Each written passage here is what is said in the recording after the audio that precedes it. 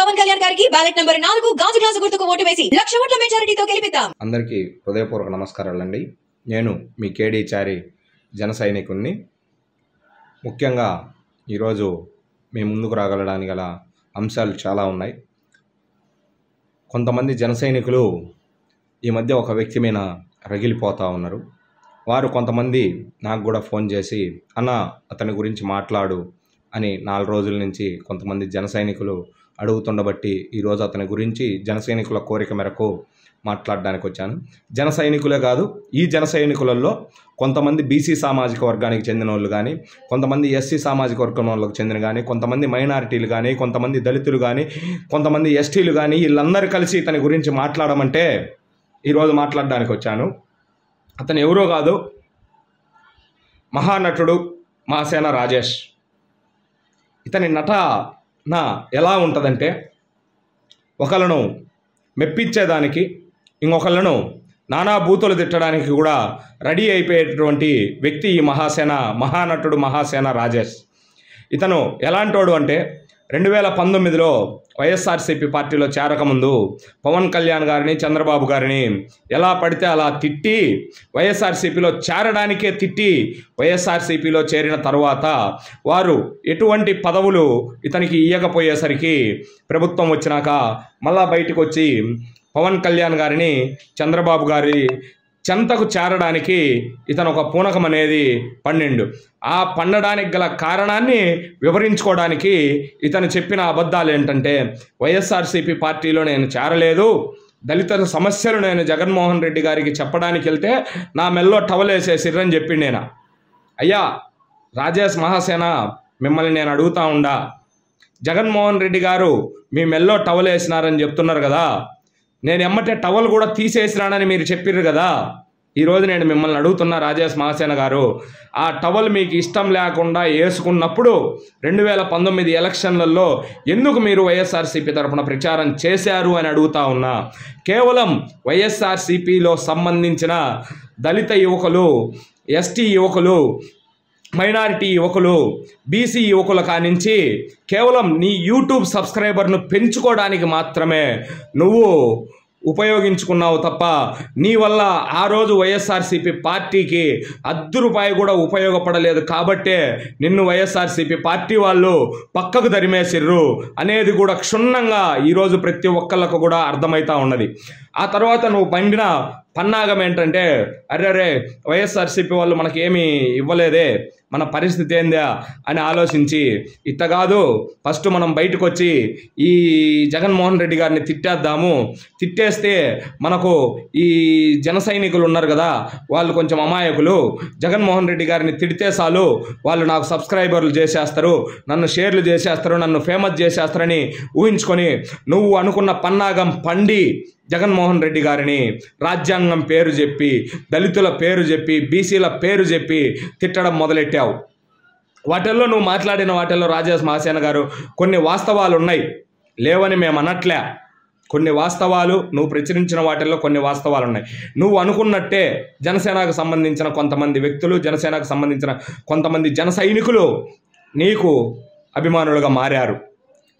ఆ తర్వాత నువ్వు ఎలాగైనా సరే మనం జనసేన తీర్థం పుచ్చుకోవాలా అని నువ్వు ఫిక్స్ అయిపోయి ఆ తర్వాత నుంచి పవన్ కళ్యాణ్ గారిని, చంద్రబాబు గారిని కానీ పొగడటం మొదలెట్టినావు. ఫస్ట్ పవన్ కళ్యాణ్ గారిని, చిరంజీవి గారిని పొగడటం మొదలెట్టినావు. మెగా ఫ్యామిలీని పొగడటం మొదలెట్టినావు. జగన్మోహన్ రెడ్డి గారిని తిడుతూ మీరు ఏ కార్యక్రమంలో అయితే పవన్ కళ్యాణ్ గారిని పొగడటం మొదలెట్టారో జన సైనికులందరూ కూడా నిన్ను ఒక జనసేన కోసం పనిచేస్తావు అని హార్ట్ఫుల్గా నమ్మారు. కానీ నువ్వు ఆ నమ్మకాన్ని అప్పుడే కోల్పోయినావు. నీ పైన దాడులు జరిగితే పవన్ కళ్యాణ్ గారు ఫోన్ చేసి నీకిచ్చిన గౌరవం అనేది వెల కట్టలేనిదనేది నువ్వే చెప్పినావు రాజేష్ మహాసేన. గుర్తుపెట్టుకో, దళితులకు పవన్ కళ్యాణ్ గారు ఎప్పుడైనా గౌరవమే ఇస్తారు, గుర్తుపెట్టుకో రాజేష్ మహాసేన. అదేవిధంగా మాట్లాడుతూ నేను చాలా కష్టపడ్డా, జనసేన పార్టీ కోసం విర్రవీగిన, ఎన్నో వీడియోలు చేసిన అని ఇన్ని మాట్లాడుతున్నావు కదా రాజేష్ మహాసేన. నీ కష్టం వల్ల కేవలం జన సైనికులు నీకు సబ్స్క్రైబర్లు మారి నీకు కొంతమంది అభిమానులను సంపాదించుకోగలిగినవు, కానీ జనసేన పార్టీకి నీ మాటల వల్ల నాకు తెలిసైతే పావల లాభం కూడా జరగలేదు. నీ మాటల వల్ల నువ్వు జనసేన కోసం పనిచేసిన 3 నెలల్లో 4 నెలల్లో 6 నెలల్లో నువ్వు ఎన్ని నెలలు అనుకుంటే అన్ని నెలలయ్యా, ఎంతమందిని జనసేన పార్టీలో నువ్వు చేర్చగలిగినవు? జనసేన పార్టీకి లాభం కలిగింది అంటే నీ వల్ల జనసేన పార్టీలో ఎంతమంది చేరిర్రు అనేది సమాధానం చెప్పు. నిన్ను ఆదరించారు జన సైనికులు. నువ్వు ఎక్కడికి వెళ్తే అక్కడికి నీ అంట జన సైనికులు నడిచిర్రు. ఏదన్నా మీటింగ్ పెడితే నిన్ను పిలిచిర్రు, నిన్ను గౌరవించి పిలిచిర్రు. నీ గౌరవాన్ని 100కు రెట్టింపులు నిలబెట్టిర్రు జన సైనికులు. ఈరోజు నువ్వు వాళ్ళందరినీ కూడా మోసం చేసి పవన్ కళ్యాణ్ గారి గురించి మాట్లాడుతున్నావు. రాజేష్ మహాసేన గుర్తుపెట్టుకో, నీకు ఖచ్చితంగా రాబోయే రోజుల్లో రాజేష్ మహాసేన పైన దేవుడున్నాడు.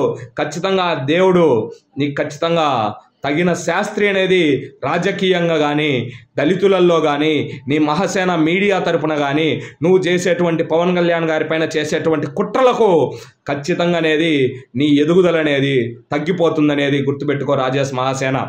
అదేవిధంగా అయ్యా మహానట రాజేష్ మహాసేన, ఆ తర్వాత చెప్పావు పవన్ కళ్యాణ్ గారు నన్ను చేర్చుకోలేరు వాళ్ళ పార్టీలో ఉన్న వాళ్ళను ఇబ్బందుల వల్ల అని చెప్పి, ఆ తర్వాత సరే ఇంకా చంద్రబాబు గారు పిలిచారు, వెళ్ళావు, చేరావు, బాగానే ఉంది, నీకు అనేక పదవులు అనేది ఇచ్చేసారు వాళ్ళు.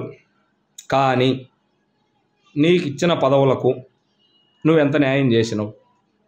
నువ్వు ఇండివిజువల్గా టీడీపీ కార్యకర్తలను ఎన్ని నియోజకవర్గాలలో మీటింగ్ పెట్టినావు? నీకు ఇండివిజువల్గా వైసీపీలో నువ్వు వైసీపీ పార్టీలో ఉన్నావు కాబట్టి వైసీపీలో ఎంతోమంది టచ్లో ఉంటారు కదా. నీ దళిత సోదరులు, మన దళిత సోదరులు, బీసీ సామాజిక వర్గం, నువ్వు చెప్పే బీసీ సామాజిక వర్గం, ఎస్టీ సామాజిక వర్గం, ఎస్టీ సామాజిక వర్గం, మైనార్టీ సామాజిక వర్గం, నాకు ప్రజలందరూ ఉన్నారు, నేను ప్రజల కోసం బతుకుతాని మాట్లాడతావు కదా. ఆ ప్రజలలో నువ్వు వైసీపీలో ఉన్నప్పుడు ఎంతోమంది నీ కాడున్నారు కదా. కనీసం ఒక 2000 మందిని నువ్వేమన్నా టీడీపీలో చేర్చగలిగా? నీ స్వయాన 2000 మంది నీ స్వయాన నీ ఆధ్వర్యంలో టీడీపీలో చేరిర్రా? నీకు టీడీపీ అన్ని పదవులు ఇచ్చినాక చారలే. సరే, అయినా చంద్రబాబు గారు దళితులకు న్యాయం చేయాలా, మనం కాదనకూడదు అని మీకు టికెట్ కేటాయించారు. కొన్ని అనివార్య కారణాల వల్ల మీ పైన వచ్చిన ఎలిగేషన్స్ వల్ల మీకు టికెట్ అనేది చంద్రబాబు గారు నిరాకరించలే. కానీ కొన్ని అనివార్య కారణాల వల్ల మీ టికెట్ వల్ల అక్కడ మీకు టికెట్ ఇస్తే చుట్టూ ఉన్న నియోజకవర్గాలు అనేది దెబ్బ తింటాయి. కాబట్టి ఆలోచన ఇరు పార్టీలు కానీ కూటమి యొక్క ఎన్డీఏ కూటమి 3 పార్టీలు కానీ ఆలోచన చేసి నీకు సర్ది చెప్పిండొచ్చేమో కానీ నిన్ను అనగ తొక్కాలని కాదు, దళితులను అనగ తొక్కాలని కాదు. అదేవిధంగా రాజేష్ మహాసేన గుర్తుపెట్టుకో, నీకు ఇన్ని రోజుల నుంచి రాజకీయం తెలుసని పన్నాగం పండుతున్నావు కదా. నిన్ను దూరం చేసుకోకూడదు కాబట్టే నిన్ను టికెట్ క్యాన్సిల్ చేసి అక్కడ ఇంకో టీడీపీ వాళ్ళకు టికెట్ ఇస్తే వైసీపీ వారు నిన్ను తల దించుకునే విధంగా మాట్లాడతారు. కాబట్టి ఇరు పార్టీలు ఆలోచన చేసి రాజేష్ మహాసేన అది జనసేన కేటాయించడం జరిగింది తప్ప నువ్వేదో పెద్ద తోపని లేదు. నీ గురించి ఇరు పార్టీలు ఆలోచన చేసే అది జనసేన కేటాయించింది. ఒకవేళ అదే సీటు గిన మళ్ళా టీడీపీ వేరే అభ్యర్థి గిన ప్రకటించింటే వైసీపీ కుర్రోళ్ళు మాట్లాడేటువంటి మాటలలో నువ్వు తల ఎక్కడ పెట్టుకోగలవు ఆలోచన చేసుకో. నీ గౌరవం తగ్గకుండా చూసుకోవడానికే ఇరు పార్టీలు కూడా ఆ సీటు జనసేన కేటాయించిర్రు. అది గుర్తుపెట్టుకో రాజేష్ మహాసేన గారు. ఒకటే మహానట రాజేష్ మహాసేన గారు, మీకు ఒకటే చెప్తున్నా, సవాల్ విసురుతున్నా, నీకు దమ్ముంటే నీకు ధైర్యం ఉంటే జనసేన పోటీ చేసే 21 స్థానాలలో నేను ఓడిస్తా అని చెప్తున్నావు కదా. నీకు దమ్ము ధైర్యం తెగింపు ఉంటే, నా సవాల్ స్వీకరించే దమ్ము ఉంటే తేల్చుకో రాజేష్ మహాసేన. ఎన్ని సీట్లు 21 స్థానాలు లెక్కేస్తున్నావు కదా రాజేష్ మహాసేన. నీకు అవకాశం ఇస్తున్నా నేను. 21 స్థానాలలో 50% అంటే 10 స్థానాలలో నువ్వు ఓడించి చూపించు రాజేష్ మహాసేన. పిఠాపురం వెళ్తానన్నావు కదా, ఎల్లు. ఈరోజు నీ మాటలు నమ్మే పరిస్థితులలో దళిత యువకులు కానీ, బీసీ యువకులు కానీ, ఎస్సీ యువకులు కానీ, ఎస్టీ యువకులు కానీ, మైనారిటీ యువకులు కానీ నీ మాటలు ఈరోజు నమ్మే పరిస్థితులలో లేనే లేరు. గుర్తుపెట్టుకో రాజేష్ మహాసేన. నీ పన్నాగాలన్నీ కూడా యువకులందరికీ తెలిసిపోయినాయి. నీకు అంత పన్నాగమే ఉండుంటే నువ్వు టీడీపీ మీటింగులకో జనసేన మీటింగులకో నువ్వు వైఎస్ఆర్సీపీలో ఉన్న వైసీపీ పెట్టే మీటింగులకో నువ్వు వెళ్ళాల్సిన అవసరం లేదు. నువ్వు ఇండివిజువల్గా ఒక 50,000 మందితోటో ఒక 15,000 మందితోటో ఎక్కడైనా మీటింగ్ పెట్టావా? ఎన్ని మీటింగులు పెట్టావు? నీకెంత జనాదరణ ఉంది? ప్రజలు అని రాజ్యాంగం పేరు చెప్పుకొని రాష్ట్రం కోసం, రాష్ట్ర భవిష్యత్తు కోసం, రాష్ట్ర యువత భవిష్యత్తు కోసం నిలబడ్డ 3 పార్టీలను నాశనం చేయడానికి నువ్వు చూస్తున్నావు. అదే మాట మాట్లాడుతూ పవన్ కళ్యాణ్ గారి గురించి ఏం మాట్లాడావు? బీజేపీ 400 సీట్లు గెలవటానికి పవన్ కళ్యాణ్ గారు ఎందుకు ప్రాణత్యాగం చేయాలి అని మాట్లాడుతున్నావు. రాజేష్ మహాసేన, నువ్వు సరిగ్గా చూసినవో లేదో, బీజేపీ 400 సీట్లు గెలవటానికి పవన్ కళ్యాణ్ గారు ప్రాణాలు అర్పిస్తానని చెప్పలే రాజేష్ మహాసేన గారు. గుర్తుపెట్టుకోండి, ఆయన చెప్పింది ఏంటంటే భారతదేశం కోసం మోడీ గారు ఏదైతే వికాస్ భారత్ అన్నారో, భారతదేశ అభివృద్ధి కోసం ఎవరు అడ్డుపడినా, ప్రాణాలు అడ్డు పెట్టైనా, ప్రాణత్యాగం చేసైనా భారతదేశ ఖ్యాతిని పెంచడానికి రెడీ అన్నాడు తప్ప నువ్వు అర్థం చేసుకునే విధానంలో ఉంటుంది రాజేష్ మహాసేన. గుర్తుపెట్టుకో, ఇదే ఫైనల్గా చెప్తున్నా. 3 రోజులు ఉన్నాయి రాజేష్ మహాసేన గారు. మీరంటే మాకైతే గౌరవం ఉంది, ఇప్పటికి కూడా మీరంటే గౌరవం ఉంది. ఎందుకంటే కొన్ని విషయాలలో మీరు ప్రభుత్వాన్ని నిలదీశారు కాబట్టి, కొన్ని విషయాలలో ఎదురొడ్డి వీడియోలు చేశారు కాబట్టి, మీరు ఈరోజు మీతో ఎవరు మాట్లాడిస్తున్నారో మాకైతే తెలియదు. దాదాపుగా మీరైతే ఒక వారం నుంచి అనుకుంటా మొత్తం బ్లూ సొక్కాలు వేసుకొని తిరిగేస్తున్నారు. మళ్ళా ఏదో ఒక సభకు పోతే బ్లూ సొక్కాలు వేసుకుర్రు, వీడియోలలో చూసుకుంటే బ్లూ సొక్కాలే వేసుకుంటున్నారు. మరి మీకు ఇంకా నేను మాట్లాడకూడదు, కానీ మరి మీతో ఎవరు మాట్లాడిస్తున్నారో మాకు తెలియదు. మీరైతే అమాయకులు కాదు, మీకు తెలుసు. పవన్ కళ్యాణ్ గారి వ్యక్తిత్వం మీకు తెలుసు, చంద్రబాబు నాయుడు గారి వ్యక్తిత్వం మీకు తెలుసు. మీకు బీజేపీ అంటే పడదు. ఎందుకు పడదు బీజేపీ అంటే? మోడీ గారు దేశ ఖ్యాతిని పెంచిండని పడదా? మోడీ గారు దేశ ప్రజల ఖ్యాతిని పెంచిండని మీకు పడదా? మోడీ గారు అవతల దేశాలు మన వైపు కన్నెత్తి చూడాలి అంటే భయపడే విధంగా చేసిండని మీకు పడదా? అభినందన్ తమిళనాడులో ఒక్క అతన్ని పట్టుకొని పోతే తిరిగి తెప్పించేయండి చూసిర్రా, అందుకని మీకు మోడీ గారు అంటే పడదా? మిలిటరీ వాళ్ళకి ఎంత కావాలంటే అంత ఇచ్చిండు కదా, అందుకు మోడీ గారు అంటే నీకు పడదా? దేనికి చెప్పు నీకు బీజేపీ అంటే పడదు? నీకు ఏం ద్రోహం చేసింది బీజేపీ? ఆలోచన చేసుకోండి రాజేష్ మహాసేన గారు. మీకు చెప్పేంత టోన్ని కాదు, కానీ మాలాంటి వాళ్ళ దగ్గర కూడా చెప్పించుకునేదాకా మీరు వచ్చిర్రంటే మీకు మీరే అర్థం చేసుకోండి. ఖచ్చితంగా మీరైతే తెలియజేస్తున్నాం, పవన్ కళ్యాణ్ గారు మిమ్మల్ని పార్టీలో చేర్చుకోపోవడానికి కారణం ఇప్పుడు మీరు మాట్లాడుతున్న మాటలను ఆయన ముందుగా గ్రహించి ఊహించి మిమ్మల్ని చేర్చుకోలేదని ఈరోజు జన సైనికులందరూ కూడా అనుకుంటున్నారు. రాజేష్ మహాసేన గారు గుర్తుపెట్టుకోండి, మీరు ఎక్కడున్నా బాగుండాలని కోరుకుంటాం. మీరు ఎక్కడున్నా రాజ్యాంగబద్ధంగా మాట్లాడాలని కోరుకుంటాం. ఒక వ్యక్తిని వ్యక్తిగత కక్షల గురించి మాట్లాడాలని మేము కోరుకోవట్లే. మీరు ఒక వ్యక్తిని టార్గెట్ చేసి మాట్లాడొద్దు. మీరు నాకు తెలిసి అయితే టీడీపీలో చేరింది కూడా ఈ పొత్తులు అనేది ఉండకూడదు. మళ్ళీ జగన్మోహన్ రెడ్డి గారు గెలవాలనే మీరు ఆకాంక్షించి చేరినట్టు అనిపిస్తుంది మీరు ఈ మధ్య మాట్లాడిన మాటలు చూస్తుంటే. మీరు అంటున్నారు మేము జనసేనకు సంబంధించిన సీట్లలోనే ఓడించాలని చూస్తున్నామని. మీ మాటల వల్ల జనసేన పోటీ చేసింది 21 స్థానాలలో మీరు ఓడించాలని చూస్తే గుర్తుపెట్టుకోండి, మిగతా 140 స్థానాలలో టీడీపీ పోటీ చేసింది. మీ మాటల వల్ల మిమ్మల్ని నమ్మి పార్టీలో చేర్చుకున్న చంద్రబాబు నాయుడు గారి మన టీడీపీ పార్టీకి కూడా నష్టం జరిగే అవకాశం అనేది ఉంది. మీరు అన్ని పార్టీలను నాశనం చేయడానికే ఈ విధంగా మాట్లాడుతున్నారు అనేది కూడా ఈరోజు టీడీపీ పార్టీ కానీ, జనసేన పార్టీ కానీ, బీజేపీ పార్టీ కానీ మాట్లాడుకుంటున్నారు.